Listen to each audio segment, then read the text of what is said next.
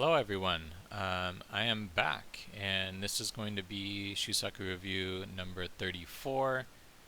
Believe it or not, I can barely believe it myself. It's been 9 years since I posted the last one, which was number 33.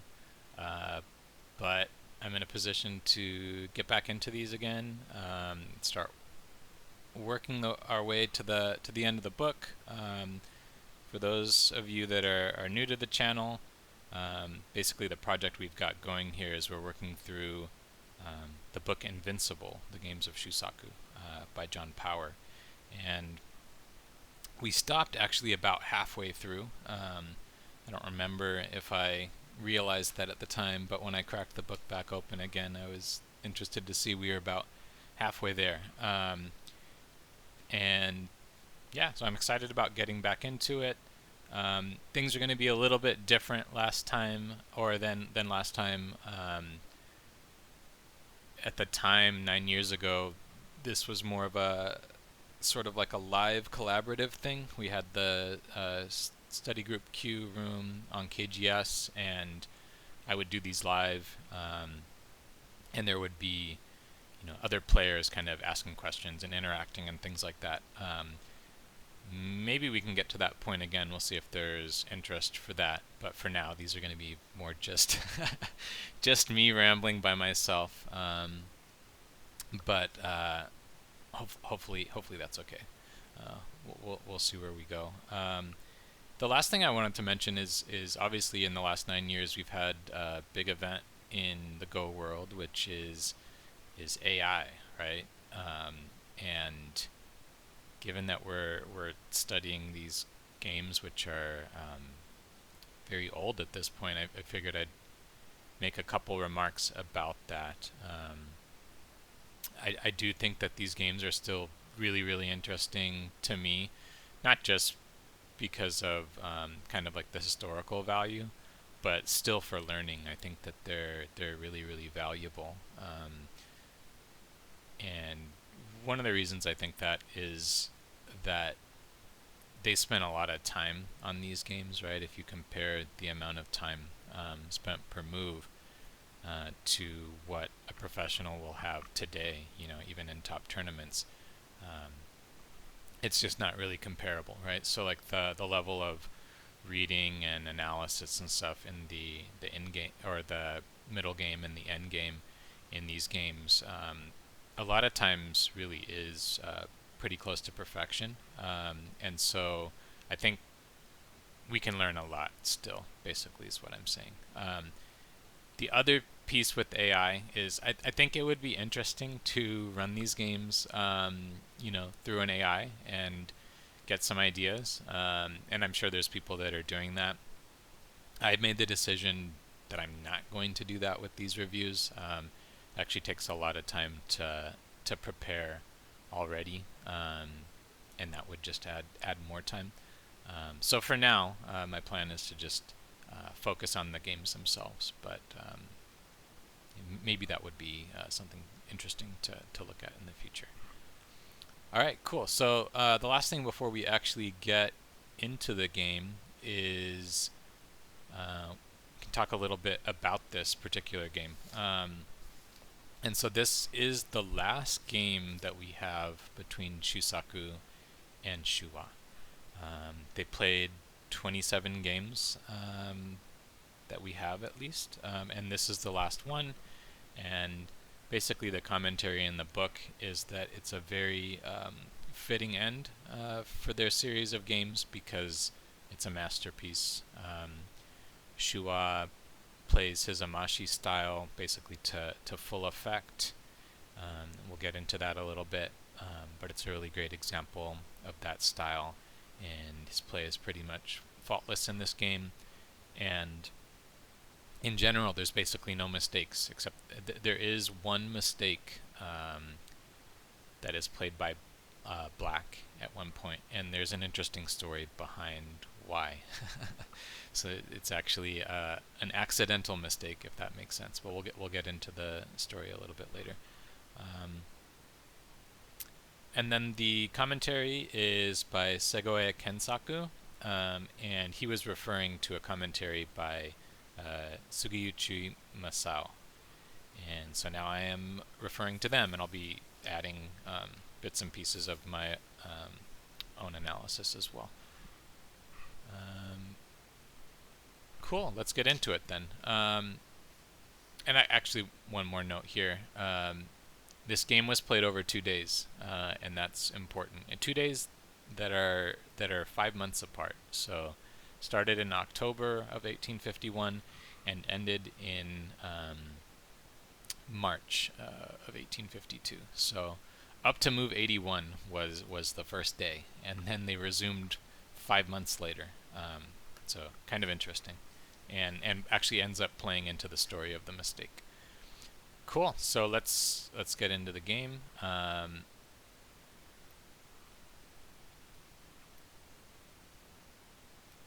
We start off in basically exactly what you would expect for an Edo period game. For those of you that are new to this sort of period of game, this move by white might seem a little strange when there's an open corner still available, but this was basically the style at the time. Because black is not paying komi to white. There's a zero komi here. And so the feeling was that white really needed to kind of stay on black's heels and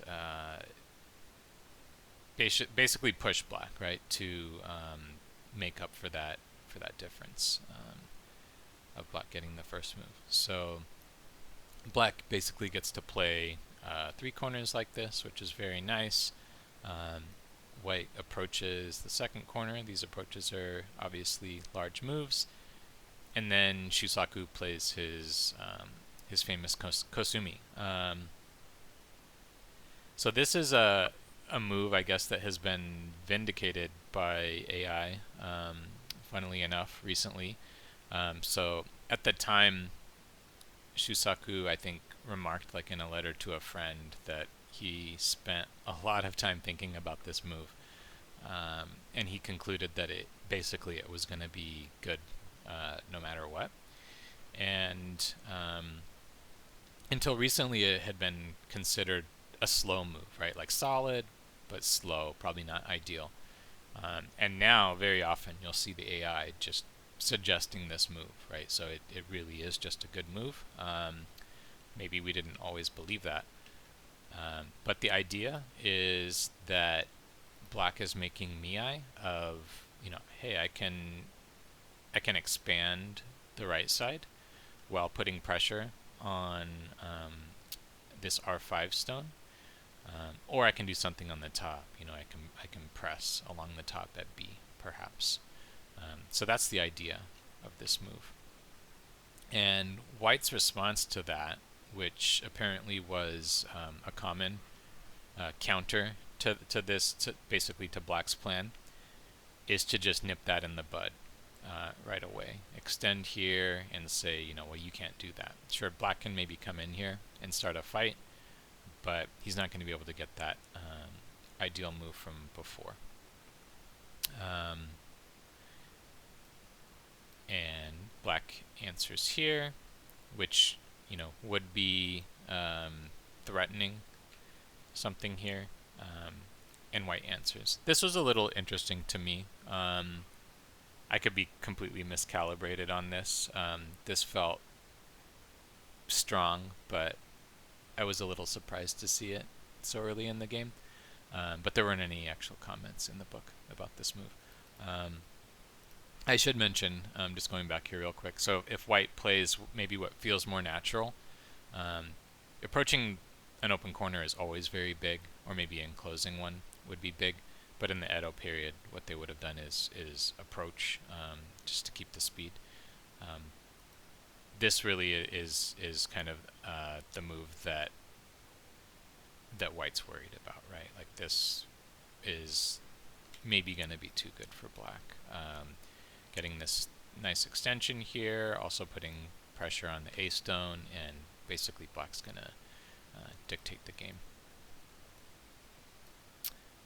And so instead, it plays out this way, and black gets a chance to approach the last open corner. So feels pretty speedy for black. Feels pretty good. And the next thing, like if you count just the order of kind of like what's big in the opening, it would be to approach this last corner, which is still open. But white decides that that's probably going to be too simple, or allowing black to dictate the pace of the game, and so he plays here instead, right? Saying, what are you going to do about this situation? And that allows black to to close the last open corner, and we get to see this big knight Shimari, which I've been playing a lot recently. With all the AI stuff, so it was cool to see it in this game as well. If black answered here, this is like the correct shape locally, but this would be considered a bit too submissive, right? I'm sure a lot of you have that feeling that like, okay, yeah, this is good, but this is a bit too submissive, and why is this stone here? It's a little slow once you look at it after the fact. So for now, black just says, okay, these stones, yeah, there's some weakness, but I'm okay with that. I'm going to take the big move. And now the left side is getting big, and so white plays the left side.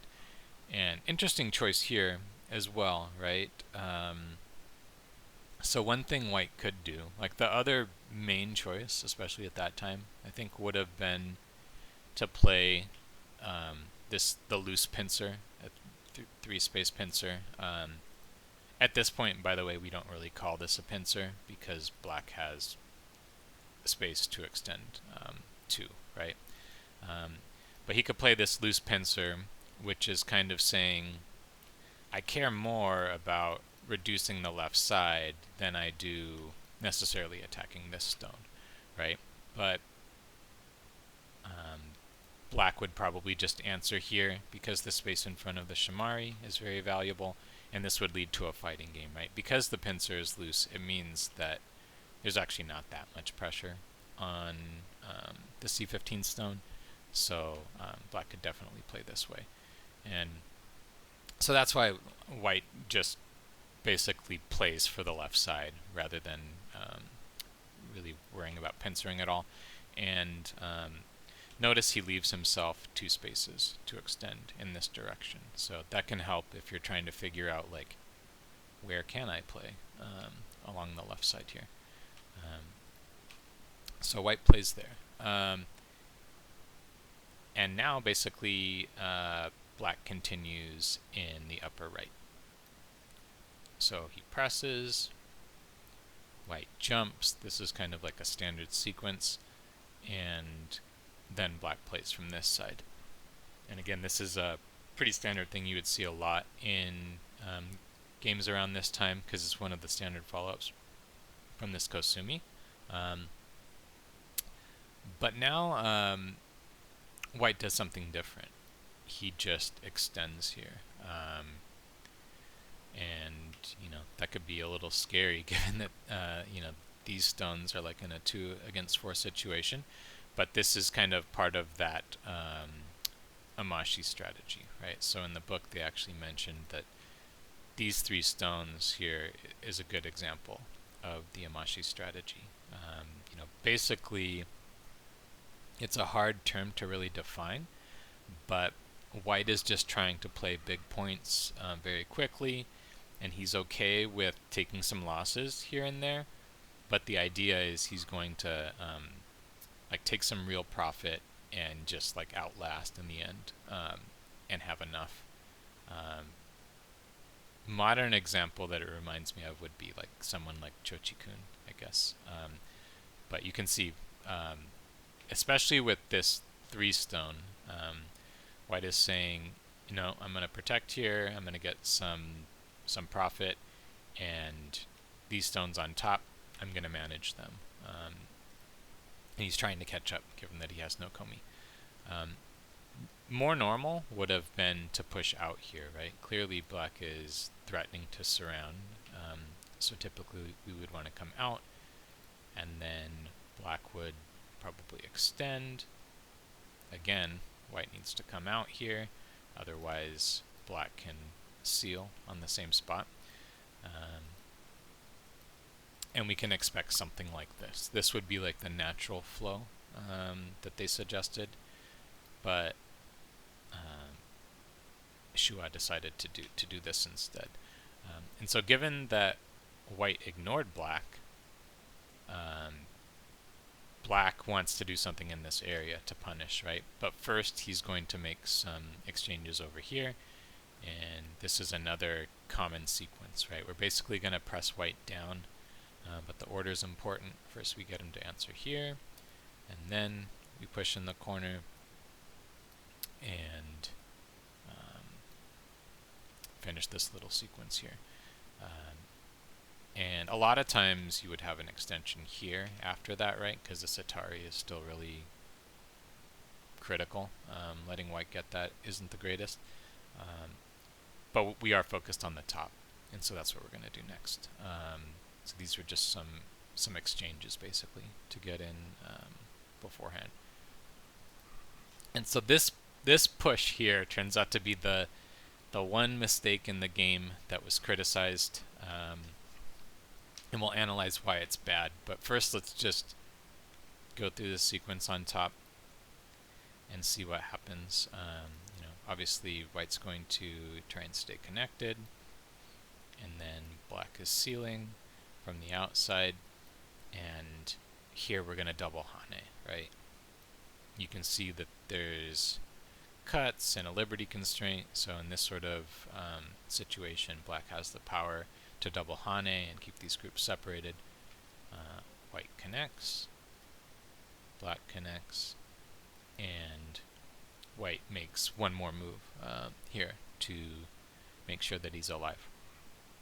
And so that's the result from the game, and the question is,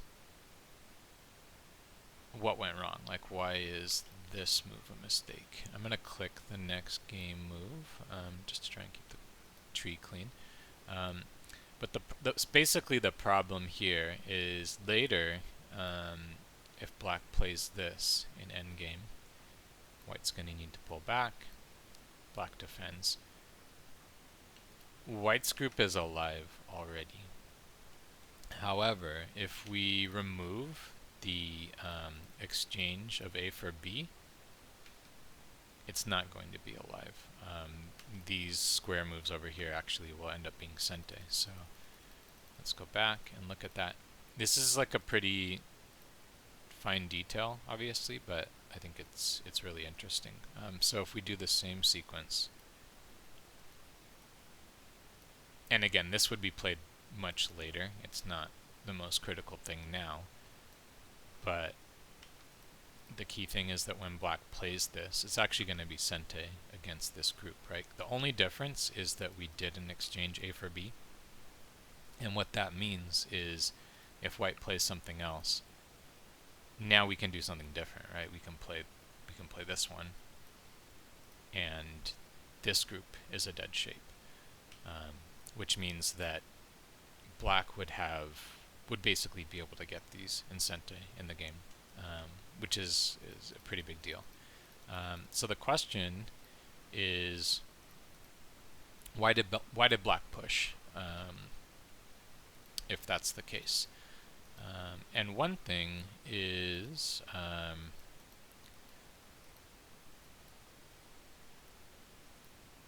there is a difference with this shape. So when you make this exchange, this was actually helpful for me, learning a bit more about this shape.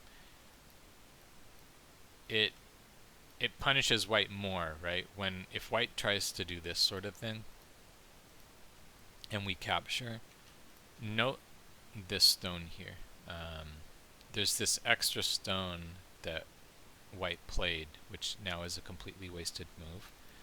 Let's go back and compare without this push. So if we do the same sort of thing, and white takes. Now we actually can't capture these two stones. So black's proper play is just to come through here and split. So it's less severe. That's one thing. So not playing the push is a bit less severe. And interestingly, notice even later if black spends a move to capture these two, oh, where's the other diagram? Here.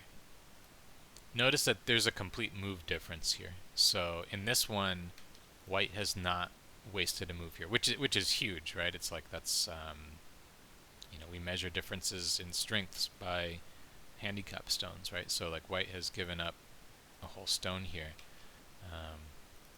and so that's kind of critical. So maybe that's the reason why. But actually, turns out no, that's not a good reason that black would have played that, because this is over concentrated, right? Like it's way too close.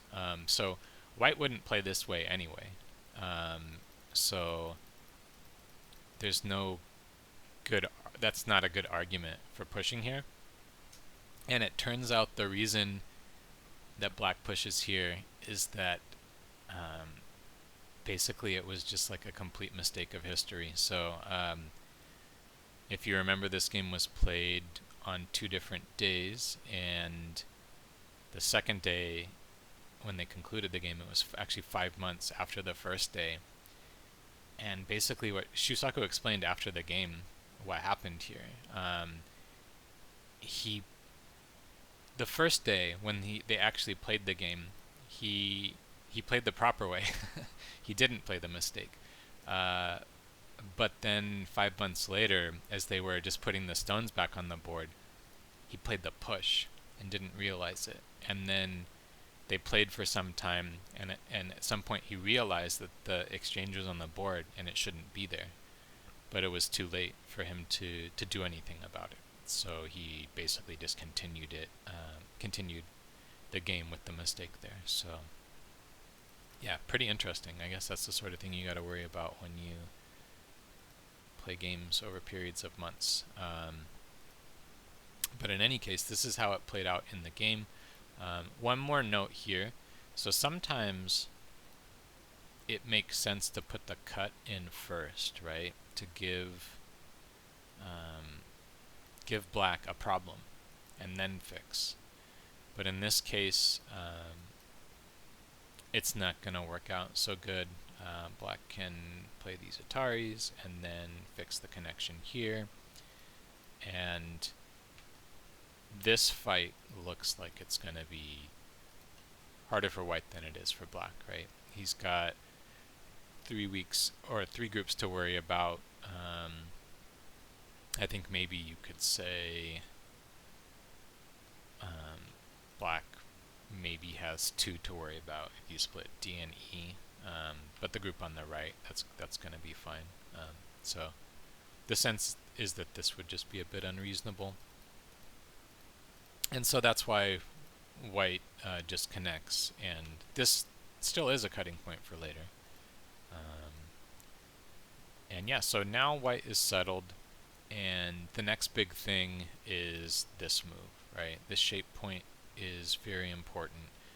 Basically, when black plays here, black is strong, and the white group is potentially weak. And if we do things the other way around, it's the exact opposite, right? Now white is completely strong and settled, and black is potentially weak. So this is an important sort of spot you don't want to miss. And white extends to help his stone, and the area in front of the Shamari is pretty valuable, right? And so black follows up by extending from the little, I'm not sure we can call it a wall, but a little the structure he's got here, also keeping pressure on white's 2 stones. And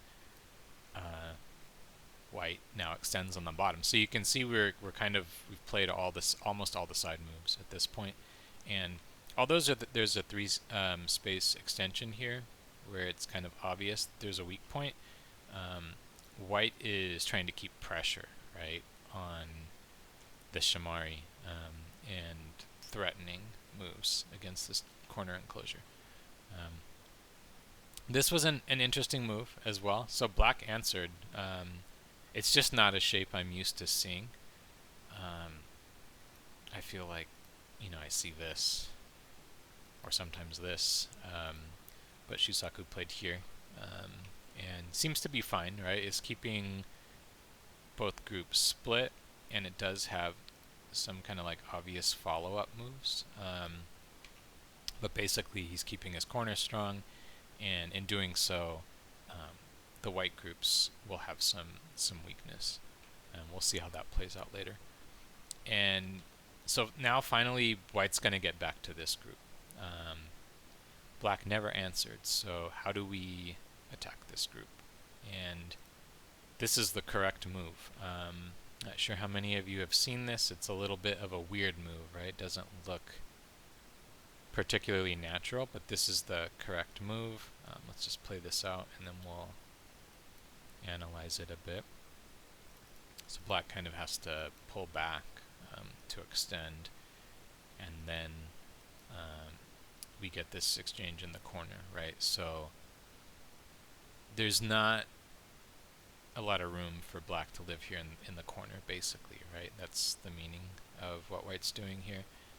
So black is going to have to figure something out. If you play the corner first, now black has the choice of playing Atari here, and that's why we switch the order of moves and play this one first. So we don't allow black that choice. And if black goes to the corner, this isn't gonna work, right? White can play here, maybe here. I'm actually not sure which one's better, but you can see that this is not going to be reasonable for black. And so in the game it goes like this, and black plays another just very slow, solid move, right? It takes a lot of strength as a Go player, I think, to play this sort of move and trust that, like, nope, this is gonna work. I'm gonna be able to make something of this. It would be tempting to play something that looks faster, right?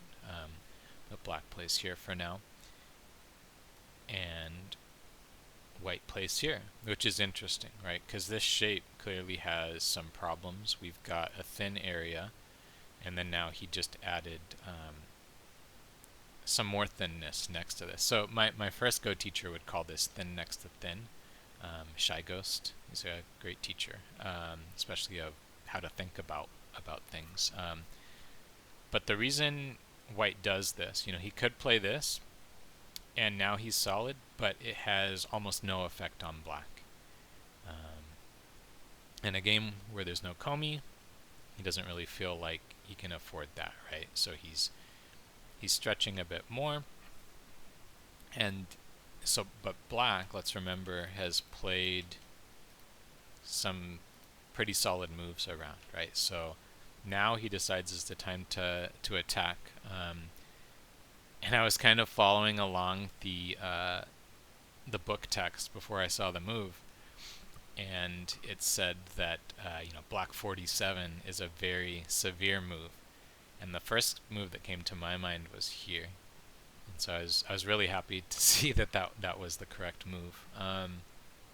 So black plays here, and it's kind of hard to deal with this.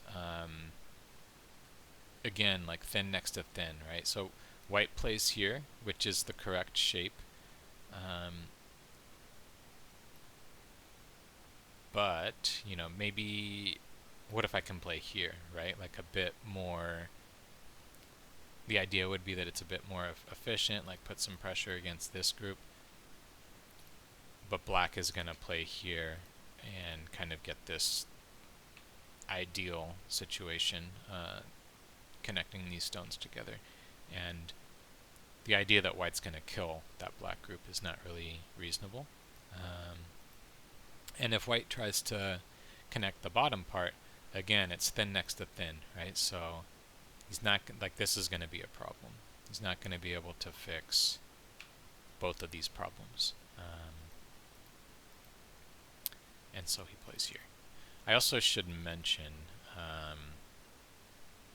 that this white group is not really strong yet, right? Because black played b17, and then we also have some stones nearby. And so they did mention in the book that one thing black could consider is to just make this exchange real quick to give himself a little bit of help for this group, and then to play the turn here and basically commence an attack on this white group.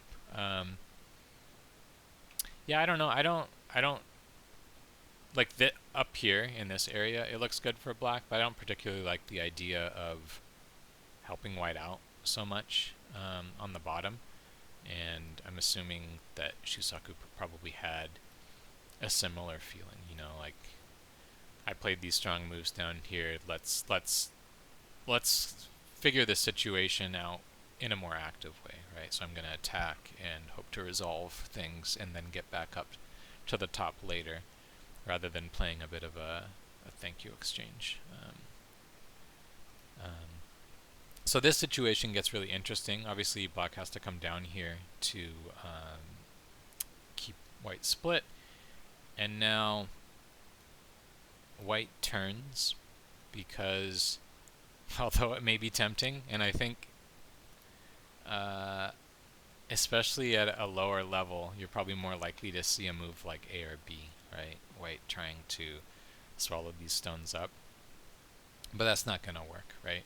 First of all, there's going to be like push and cut that black can do. There's also Aji like underneath for connection and things like that. And so white more reasonably pushes here, and he's going to try and figure out how he can make something good out of these stones. And black plays the empty triangle, right? So oftentimes we're told this is bad shape. I've also heard strong players say that this is fighting shape. And I think what they mean by that is sometimes in a fight, this is like, even though the liberties aren't great, it's the only move that you can play to keep the fight going. And in this situation, the reason it's important is if black plays a more normal looking move, which would be just attaching here, we're probably going to see something like this. These two stones are getting in trouble, so we don't really have time to save the single stone. And so black can connect, but white made his group much stronger, basically settled his group in Sente pretty quickly, while pressing black down to a reasonable degree. So instead, black actually wants to play here to really keep these pieces separate. And now the trick for white is going to be figuring out, how do I make these stones into anything useful, right? And the first trick is he's going to play here, right? So he wants to make use of the H3 stone, but he can't really do anything directly, right? Like if you push out, then you're just going to hurt the stones on the other side. And if you push from the top, then you're getting a free forcing move, but you're just going to hurt this H3 stone. So he starts playing around in the corner, and we'll see how he can kind of use the H3 stone indirectly. Black answers very solidly, just by extending. This is the best move here. It does leave some forcing moves in the corner. Let's play a few moves out, and then we'll go back and look at the different possibilities. So first black just descends. White tests again here. Black plays. It looks very interesting, right? You're not even gonna Hane. That's interesting, but we'll see why. And so this is what happens initially in the game. Let's go back and look at some possibilities. So first, if black played here, then it's like pretty clear how white can try and use the h3 stone. Let's threaten to connect. Black still needs to protect against the cut, and then play here. And this group is going to be alive, right? And the black shape is actually not particularly good. You can see there's some problems here. We'll come back and compare this to a different shape in a second. So that wouldn't be good. It's just too direct a path to like life and profit for white. And also you can see that the A stone got captured on like a very small scale. It's pretty over concentrated for black. So that's why he played down. Interestingly, they pointed out you can still live in this corner if you wanted to. They actually said, of course, white could still live in the corner, and I was thinking, I'm not sure why that would be obvious. I certainly couldn't see it very obviously, but white actually can play here to still try and live. Black will play here. If he tries to do something more, right, then we're going to have some obvious problems with the shape. White's going to be able to either break out or, you know, like Atari here. So that's why the solid shape here. White comes down, which is threatening this Hane. So black blocks again. White can live like this, but this is not going to be a great result for white, right? So in the process of white living, this A stone got hurt quite a bit, and now black is leaning to attack this whole thing, and black we can say is got pretty thick in this process. Whereas if we compare with this shape, you know, in one shape, well, in both shapes, white lived in the corner. But the big difference is how solid black's outside is, right? And so this one is considered good for white, which is why black didn't allow that. But this one would be considered good for black. It's pretty subtle, but really has to do with just the strength of the attack that black's going to get based on the wall he gets on the outside. And so when white tests here again, every time I saw a move like this, and there's a couple in this game, if you were watching anybody else, right, like if you didn't know this was like a professional game, you would think, hey, that's a bit weird, maybe there's something wrong with that, right? And we'll see more examples in a little bit, but in these games it's always like, okay, there's like a must be a very good reason for this in this case. In this case, if you play the obvious move, white's gonna cut, right? And even without reading, you can kind of get a feel for this, where you see like, okay, these three stones are in just a shape where it looks like they possibly can work together in some way, right? And that's what we're worried about. And we'll look at the way this actually works here. So black Atari, but then white gets an Atari here. Connect. White goes to push out. And interestingly, black can Atari from the bottom here, right? And it looks like white should capture here, but that's not going to work, right? So he connects. Otherwise, he's going to get surrounded. But basically, in this variation, white doesn't live in the corner, but he settles the group on this side, in Sente, and then also starts to settle this. And so, although white didn't get to just like take the corner or anything, um, all of the forcing moves are basically really helpful for white in settling the groups, right? Black wants to actually be able to attack here. I guess is one way of thinking of it, and that just like ends the attack. And so that's why he played very solidly here in the game. And then when white plays, he answers again. If white pushes, this is like gonna fall apart, right? First of all, now white is basically alive, but black shape is falling apart as well, right? We can't even really answer this Hane, and so that's why we have the answer here. And now, so white is not done using the Aji of these stones yet, and this is the last Tsuji to use the rest of the Aji, basically.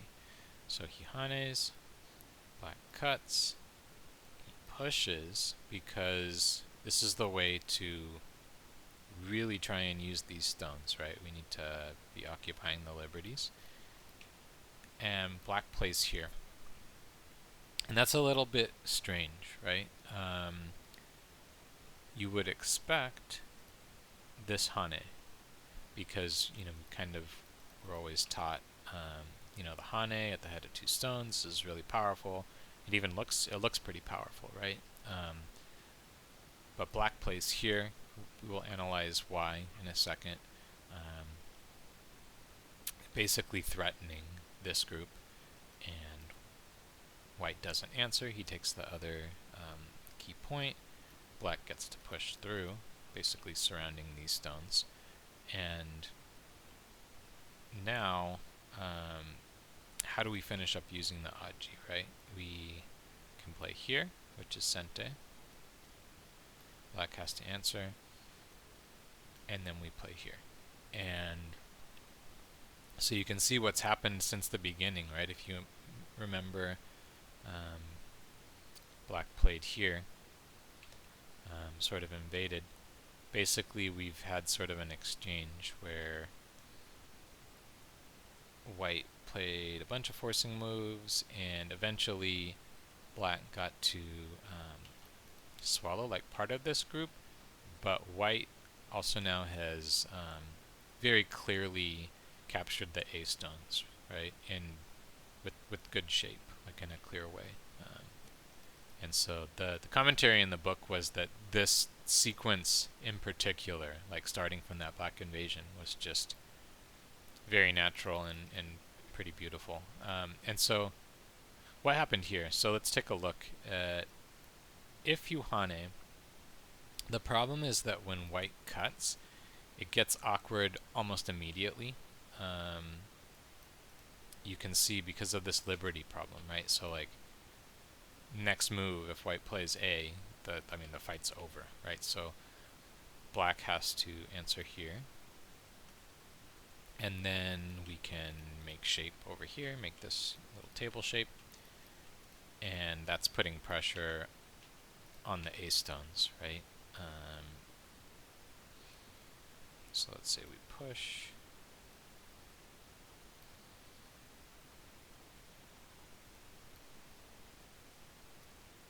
Basically, black has to get his stones out.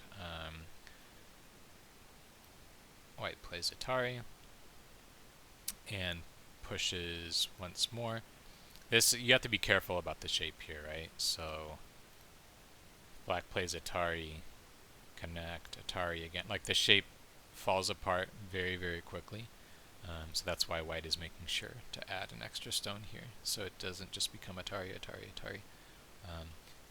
But you can see like this is a pretty complicated variation, because now black, his stones are cut as well. So he's going to Atari. Hane. Again, the shape problem comes into account, right? Atari, Atari. So white plays here. Keep the shape strong. And black can play something over here. So this is sort of what you could expect to happen if we play this Hane at the head of 2 stones, and the feeling was just that it's complicated, basically, and black actually could get into some trouble here, so it's not really necessary, even though it's the normal shape. And one thing to point out, so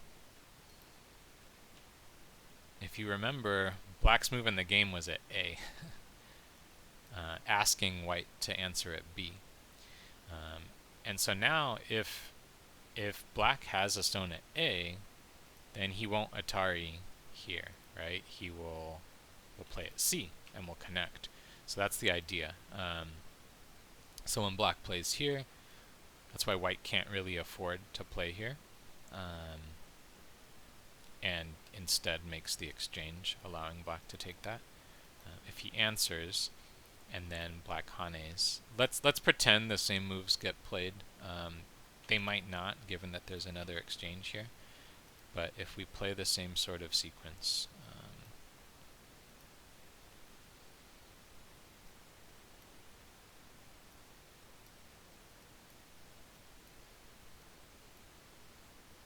this is the point where black can just connect, right? Because of this exchange. And so this is the sort of thing they absolutely would be reading and like planning on. So there's a lot that's happening underneath the surface when they're sort of planning these sequences out and making their decisions. And so that's why it went this way instead. And so all of that is basically finished now.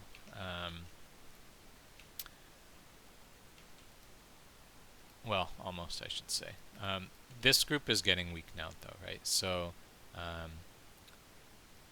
black plays one exchange to just help the group a little bit, right? Like it helps a little. And the other thing that's interesting here is, this is another idea that I got from Shy Ghost actually, is that when your opponent commits to capturing something or surrounding an area,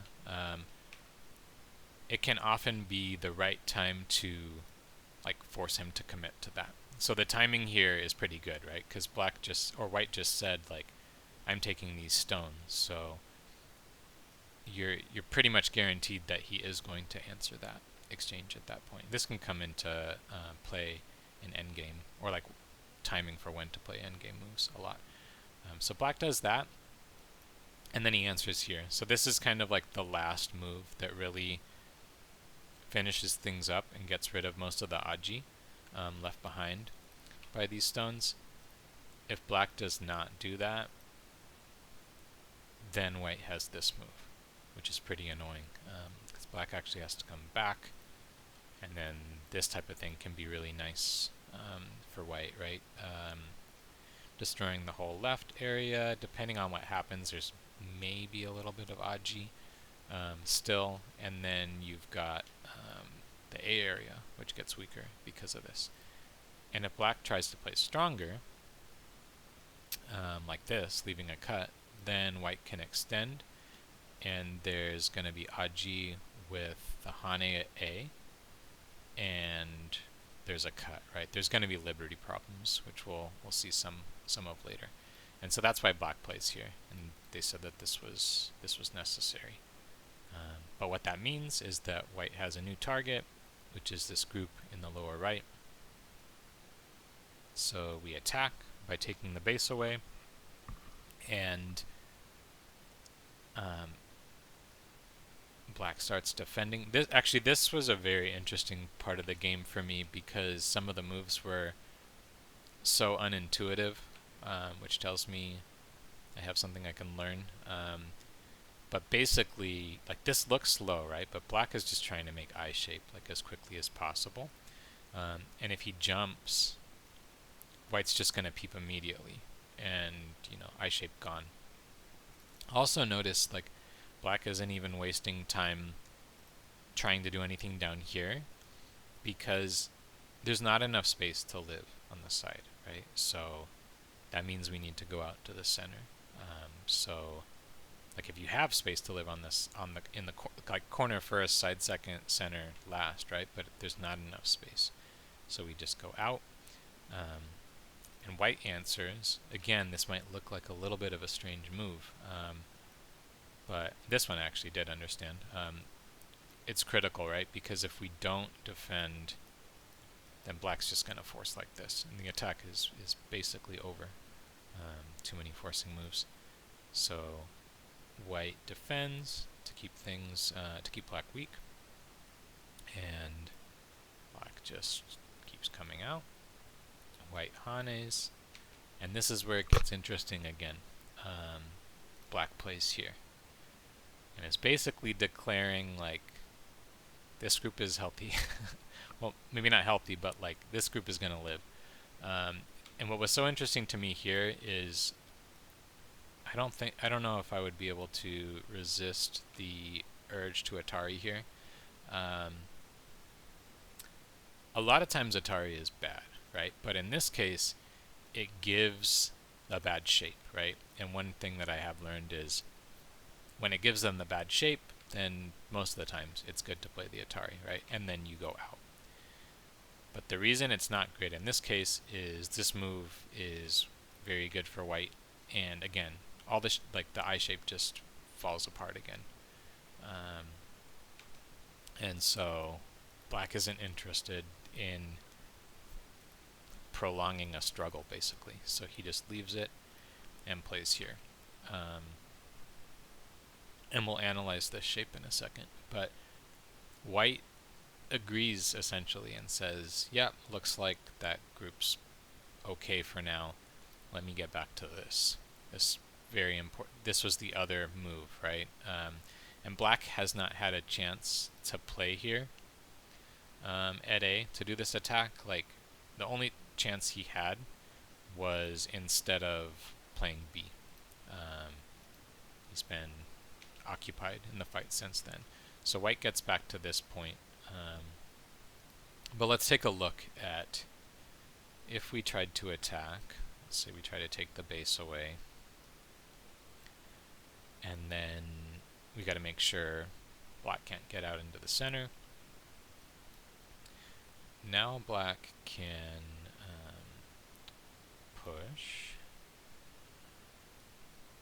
and throw in. Descend is Sente, right? We don't need to play this Atari, so we'll leave that. But this allows us to get one eye here. And the thing is that white can't take the other eye away, essentially, right? So we're already occupying A. And yeah, for this to not be an eye, white needs to take two of the remaining three, but he's not going to be able to do that. And so, for instance, let's say white plays here. This is going to be Sente. This is another interesting thing about not playing the Atari, right? So, assuming white ignores, obviously he wouldn't, but showing why it's Sente, we can cut this group off, right? There's going to be a problem. And just notice the detail here that if you played Atari earlier, then you wouldn't get this Atari because white would already be solid here. So this is like important.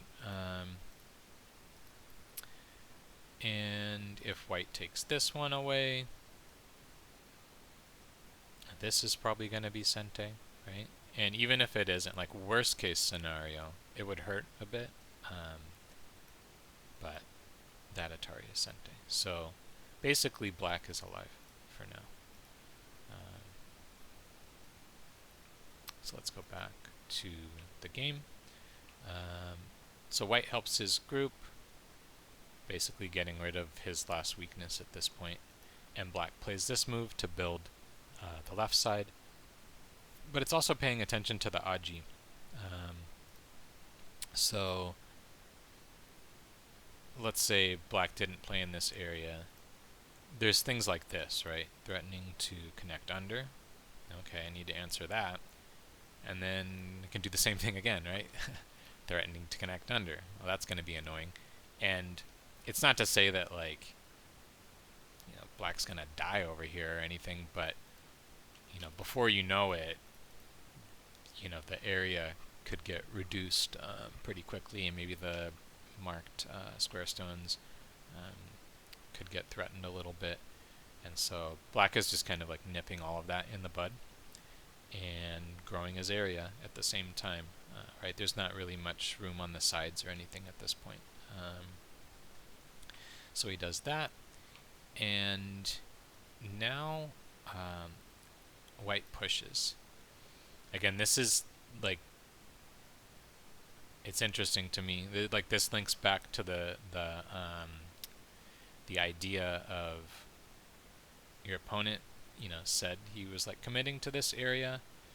So now it looks like it's going to be hard to do something directly with the A stone, right? Because black already defended. So you said you're going to take it. Okay, so now I'm forcing you to take it.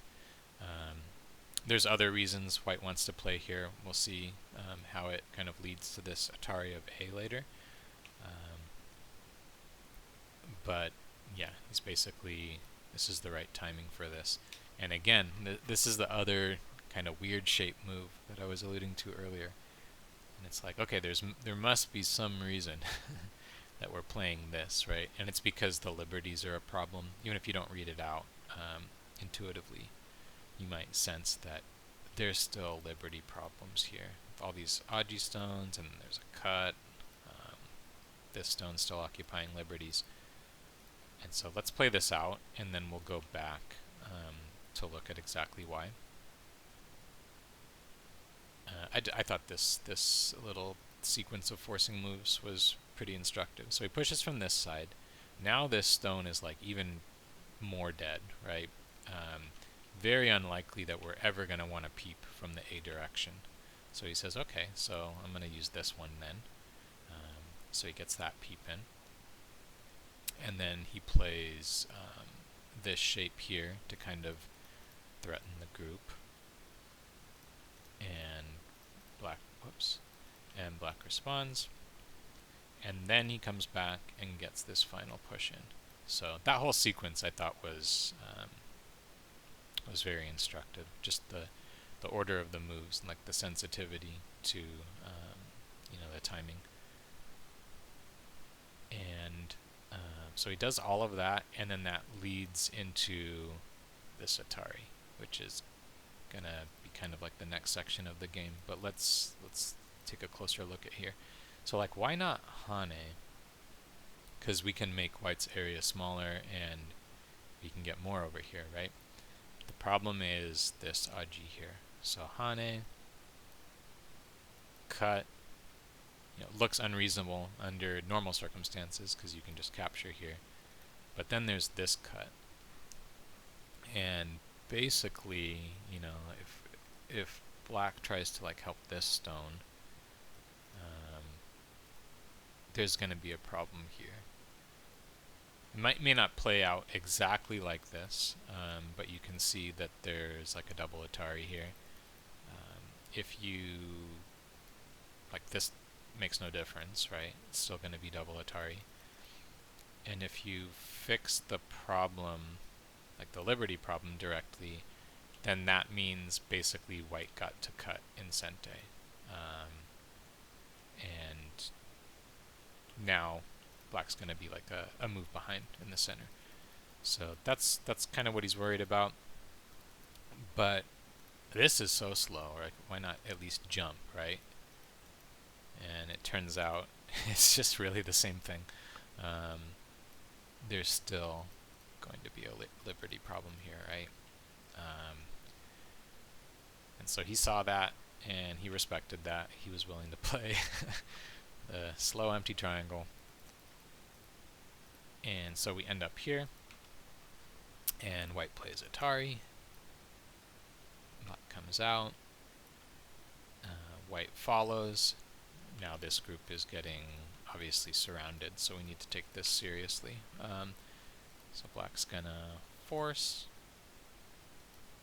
and threaten to cut, of course, white's going to say, I'm not letting you get this kind of key point here at M5, which means this is going to become a ko. White captures, and here's the other amazing thing. I'm pretty sure part of the reason he didn't Atari originally was he had an eye on that ko shape, and this is just the perfect local ko threat. So white has to answer here, and then black answers. If white connects, it's tempting, right? You always got to wonder, like, oh, should I just capture? Black's gonna capture. If white cuts through here again, black plays here, and the commentators said white would need to resign. I don't know if that's hyperbolic. It looks reasonable, right? The A stone is cut off, and you've got kind of like this really big area here in the center for black, so this is probably not going to be good. And then if white connects here, then it means black can save everything, essentially, while breaking through there. So white answers, black captures, and then basically what white says here is, I want to make sure, if you connect, I want to be able to get my stones out. So that's kind of like his threat. And black says, okay, that's fine for now. I'm just going to try and get a little more eye space in the corner. And white takes, black connects. So basically black is backing down from the ko for now, right? And once again, we've come to the situation where this group's basically fine for now. And so white takes the last big side move, which it's a one space jump, but it is the last big side move. So he gets this. Black jumps in the center, which is, it's advisable, right? So this cut has been here for a while, and obviously if black push, or if white pushes, there's more cuts here. One thing I forgot to mention a long time ago, which I thought was interesting, is that the commenters pointed out, in addition to this just being like the correct shape move over here, it indirectly defends against the cut at B. And what does that mean? It basically means that if a cut at B happens, this A group over here is already going to be stronger, right? So it's not going to be like a liability during any fight that ensues after there. So it's like, rather than playing a slower move to fix the cut, we're just going to take care of the group. If the fight happens, we'll be in a good position to actually fight the fight. But so yeah, so the board's getting filled up now. There'll be probably a bit less variations from now. There are still some interesting things that are going to happen though. And the next one is that white plays Atari here. And you can see some of the reasoning for why he wanted to get these forcing moves in. And black says, that's okay. That's okay by me. I'll just play here, kind of like reducing this area and also threatening to get more. And they said that this was a judicious sacrifice or something of that nature. And white says, okay, I'm gonna take them then, right? Gonna get the strength here. And if white does not capture, now it becomes a problem, right? Because we have a helping stone. White's going to need to help these stones. Black gets a forcing move here, threatening to capture 2 stones. And then this shape is connected now. Right? If white plays here, we have this sort of connection. So these stones will get out. So white captures. And black follows up his move from here. Thought this was kind of cool, right? So he's threatening this area, And once white captures, now he's actually gonna like follow up on that move and separate these. Had a nice flow to it. And white Hane's here, which it seems a bit weird, but we are getting close to endgame. And basically white is worried about this group getting squeezed now that black has made himself thick in the center. So it's pretty wise to do this. And squeeze would look something like threatening from there and then there, right? And this isn't like white's not gonna die, like clearly, but it's this gets a bit painful, right? And you're gonna lose points in the process, and so that's what white's worried about. So he plays the Hane, and many of you have probably been told, you know, you can't just answer these moves, but it's very hard not to sometimes, especially when you've invested in an area. But Shusaku is a good example for us, and he says, you know, fighting spirit, I'm not going to answer you. I'm just going to play a similar endgame move. So I thought that was cool to see. And he's actually avoiding a similar sort of squeeze. So in this case, if white plays here and black will cut, this timing here is important, right? Note that white can't cut, right, because of snapback. So white will connect.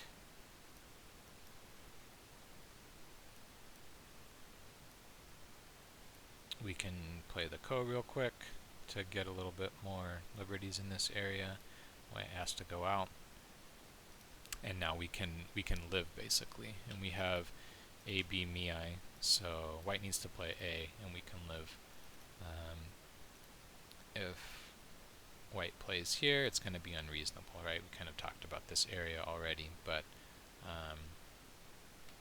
these stones aren't that strong, and black's going to get this eye anyway, so you don't really want to waste a stone at S1 there. But note that black has been squeezed, right? Like we literally just barely got 2 eyes sort of deal. And so that's what he's trying to starting to try and avoid with the Hane at T3. One more note here, yeah. So like if you miss the throw-in at the right timing, then white's going to connect, right? And now it's too late. Like you can't get your 3 spaces over here. So you got to be careful about the timing on that. But so they kind of make these dueling endgame moves here, and then white says, okay, well you didn't stop me, so I'm coming in.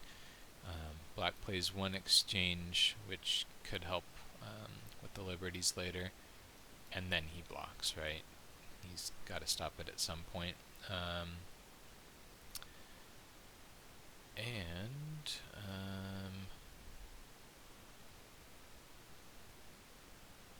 Oh, right.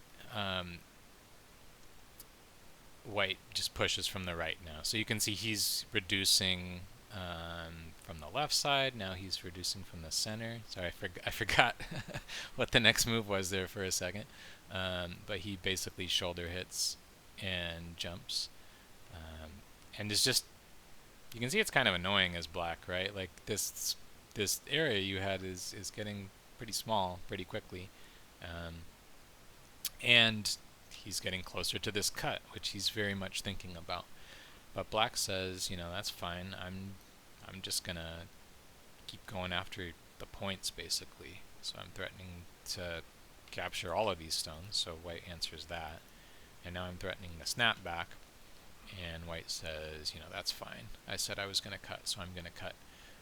And so how do we cut? First, we push to make this more severe. Right now there's 2 cuts. Then we cut.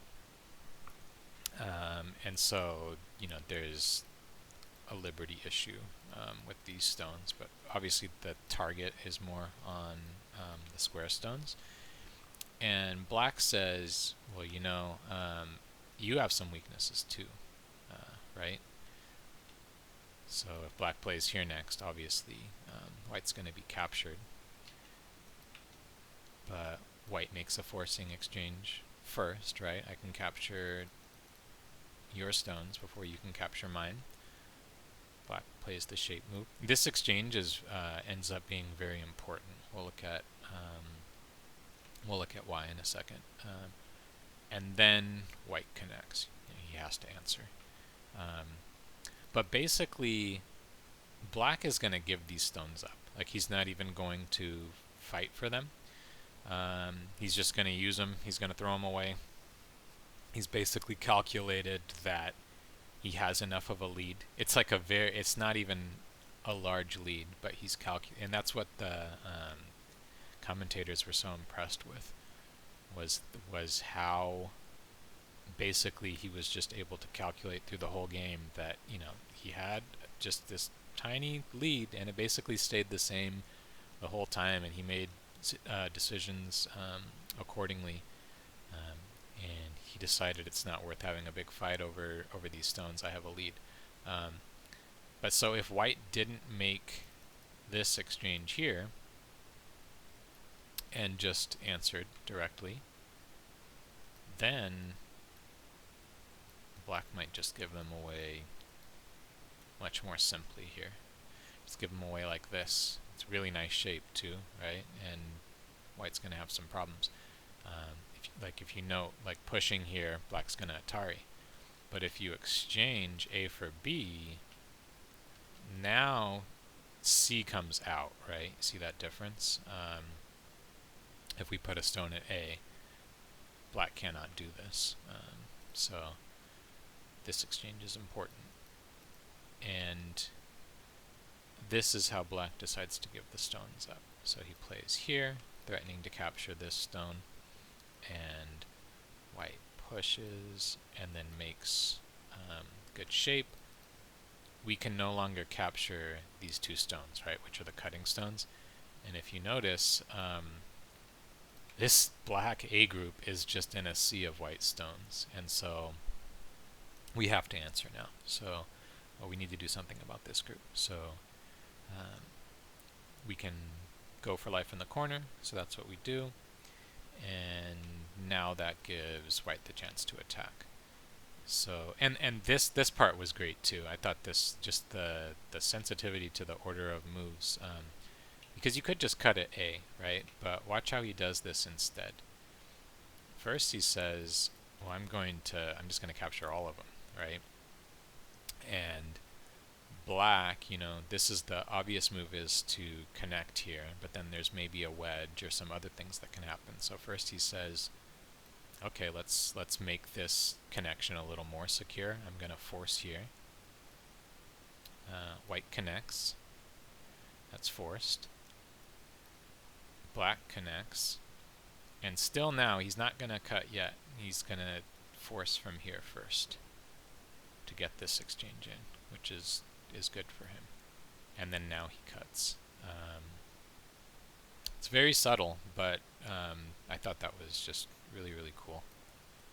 And so he gets these stones, but black gets to push through a bit as well.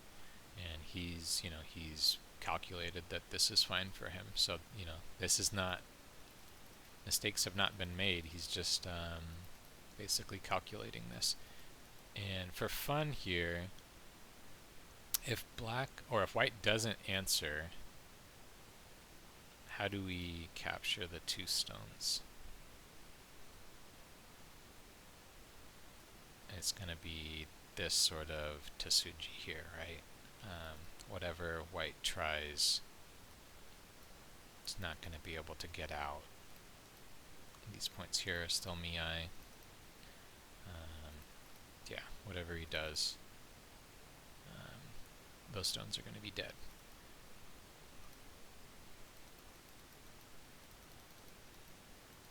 Cool. So we get to here, and now it's mostly going to be endgame stuff, but still with a few interesting details. Black just goes for more, right? He's been saying for a while, like this, this area is really big in terms of points. And now White's going to fix things up, but he's going to do it in an interesting way. So first he's going to force over here. Create some cuts, which then gives him this peep. And then he does sort of like an attachment move here. And he's very much still looking at the health of this group, right? So he plays there, and again we have another one of these sort of moves, right? So I'm just trying to make eye space. There's nowhere to run, so I'm just, I could live in the corner, but I'm going to reduce you while making some more possibilities for eye space. And then White eventually comes back here because this Atari is big, and this is also taking some of Black's eye space away. And Black says, "Hey, I'm gonna take your stones." And White says, "What about your group?" And so Black defends. White pokes this eye. And then eventually Black says, "Yeah, okay, you're right. I need to live." Just barely, right? We're just barely making those two eyes. And then White comes back and fixes. And so White did get to bully Black quite a bit up here. And a lot of the exchanges were nice for White. But what the commentator said is then, Black still got this move and is still right there with White in terms of points. His move basically makes this area larger, right? A, B, me, I sort of thing. And we're going to see the idea of make him commit to the area again. Okay, you're going to take this area, then that means now's the time. You commit to it. So 2 pushes, a connection, and so it's really not that big, right? Once you get all the exchanges in, and then White comes back to this area. 1 push, Vicente for the eyes. This sort of like angle wedge sort of move here, threatening the cut. Black's going to take the Atari first and connect in a more efficient way, and then White's going to close this area off. You can see that we're pretty solidly into endgame territory at this point. Black plays a Hane and then leaves it and jumps to here. So this, I think this is another one of those things which is really going to show like the level of detail, because it took me a while. It's like, why did he Hane there? But we'll see. So he jumps to reduce this area. White finally says, okay, I'm going to save my stones. No snapback. Black therefore defends his group, keeps some eye space over here, and White cuts for more points. And okay, so one thing I forgot to mention, which maybe you've been looking at, is these stones still have some Aji. And we're about to see that. I meant to mention it earlier, but I guess we're just going to see when it happens, which is right now. Black plays here, and now we have a Miai of the Ko is back on, or I can connect back with the monkey jump. And this has always been there. White has not had a chance to fix it. The commentators mentioned even like up to this move, like at C, White's like the points, right? Like he needs the points. So basically he has to play the biggest move and just fight the Ko. And so that's kind of what happens here. black eventually gets to play this move, and there's really no sense in connecting the ko and letting black connect out, because that's not going to be a winning strategy. And so he has to block, and then they play the ko. So black captures. We're basically fighting over, these stones versus these stones. Pretty big. But white has a Hane here to try and revive his stones on the left. Black answers. White takes. And then this connection is a ko threat. It's very interesting, because the Hane itself probably wouldn't have been a ko threat. Not a good one, at least. But now the connection actually is a ko threat. Let me play the move. But if he doesn't answer, there's this sort of thing, right? Where white doesn't have the liberties to approach. So there's problems there. So he answers, but something tells me that, yeah, that Hane and then leaving it, that wasn't just like an accident. That was actually planned out. So I think that's pretty interesting. So black takes the ko back. White just continues over here. And black says, no, that's cool. I'm just going to finish the ko off. And then white pushes and says, okay, then I get to live.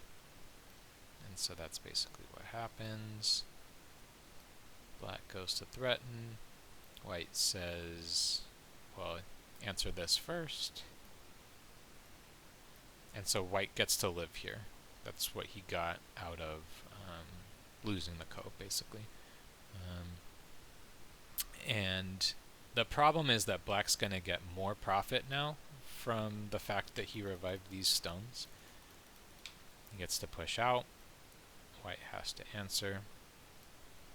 And then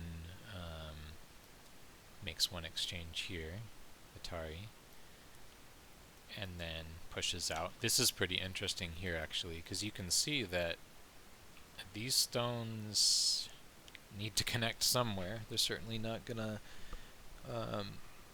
live on their own. So white Hanes, black Hanes, and it looks like white is really in trouble here, but he has this Tasuji in reserve, basically. So let's play this out, and then we'll go back and look at how it worked exactly.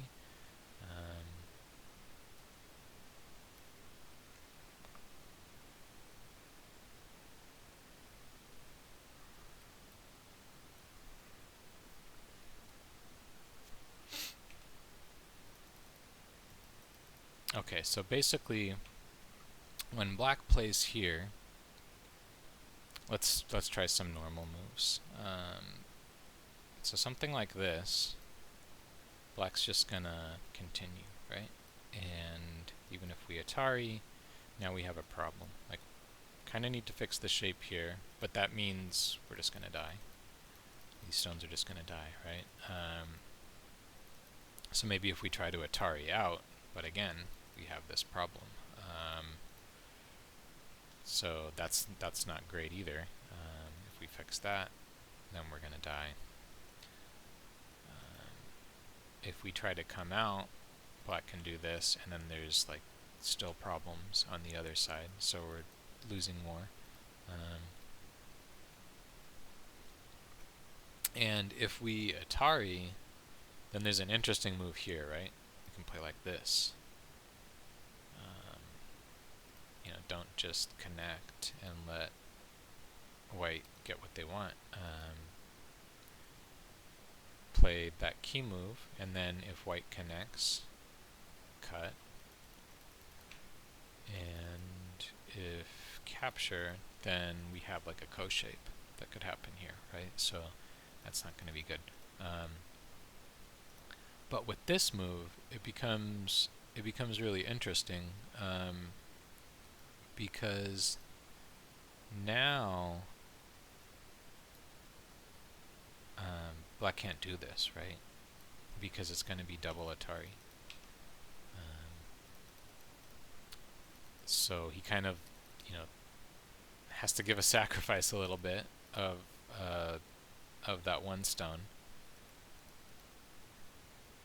But then it allows white to actually capture this. So kind of a neat little exchange there. I feel like I probably most likely would have lost these stones if I was in the same situation. And then, so let's get back to endgame basically. Black blocks this area off. White makes some exchanges in the corner. And on the bottom here, black needs to capture, and then plays a move to try and secure these points here. Black says, okay, you're going to take those points then. Take them. Finish this area off. And white plays this one. Black does a clamp here. Sort of forces these white stones out. And then plays a bunch of sente exchanges here. So push in on the right a couple of times, and then make one exchange here, and then block eventually takes Gote here. Even with the order here, right? Doing this first, now white can't play A. But playing here first, then there's some options like with Atari and things like that. But so black plays those exchanges. White's gonna force do the rest of the forcing moves on the left-hand side, and play once here to basically make sure these stones are disconnected, which means black's going to lose some points in that area, right, compared to with connecting through. And finally, black is going to Hane and connect. And so that's the end of the game, actually. The result is that black won by 3 points. Yeah, and they basically just remarked that it's kind of like a classic, a masterpiece of the game. There's the one interesting story about this mistake here, but Shuwa's play was just fantastic throughout. But both players played very well. There's a few places where Shusaku played some empty triangles, but there's always were reasons for those, right? It was like actually considered to be the correct move. Yeah, so that's the game. I hope you enjoyed it. I know these videos can be quite long. I tend to like to get into the details though, and be as thorough as possible. Definitely open to feedback. Let me know what you guys think. And it does take me a while to prepare these, and it's been a while for me since I've done this. So it took me, like with my current schedule, about 2 weeks to like be prepared and have the game memorized and all the variations and things like that. And you could probably tell at certain points I was trying to remember what the move was, but it's kind of how I like to do things. But yeah, that's it for this one. The next one, let's see here,